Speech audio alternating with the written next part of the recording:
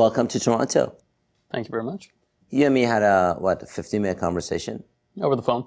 And then all of a sudden you decided to buy a plane ticket. I did. What was it about that conversation that made you buy a plane ticket? Well, for us, our target customer is artificial intelligence companies. And you let me know a little bit about who was coming and what you were about. And I think it's important to support the community. And that's all aspects of the artificial intelligence and technology communities out there. And the media is definitely a part of it. You and your co-founder are fairly young compared to the other CEOs who stand here and ask for funding. Mm-hmm. My gut tells me what excites you is a little bit different to what may excite other people. Maybe. If I had a camera watching you guys, tell me about moments where you guys get a jicker of excitement in your world. What's that like? Yeah, I think like a lot of entrepreneurs, it's really about having people be excited about what you're building. We're a part of an ecosystem, and we're one support structure. We're a piece of infrastructure that other people can use to build products. And when we get in a room with someone and explain to them what we do, and they light up and tell us about, the kind of things that they can move forward on now that they understand what's available to them, that gets us excited. That gets us working in a room and wanting to stay up late and code and build and have people be excited about what we're working on. What are the biggest frustrations for two young entrepreneurs who are trying to be in a very new space called the AI space? The age thing is a hindrance and an asset. I would say that for raising money, it's difficult. A lot of people want to know that you have other people who are backing you, and that there's people behind you who are smart and have been through this before.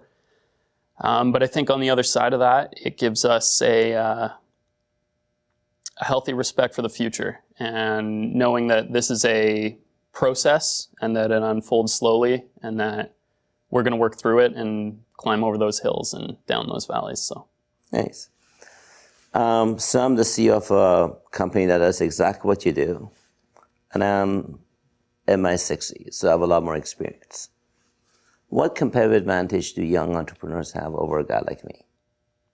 Well, I think one thing that stands out is that we're very adaptable to change. And I think technology, and particularly developing technologies, is in flux constantly. Always the newest framework, always the newest language.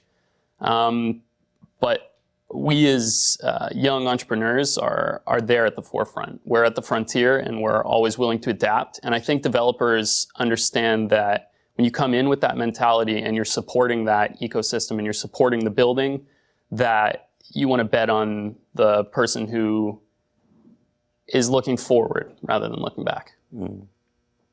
What advice do you have for young entrepreneurs who want to start their business either in AI or not?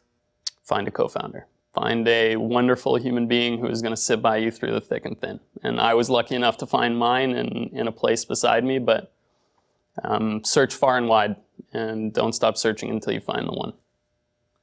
What are the biggest challenges for what you guys are facing right now?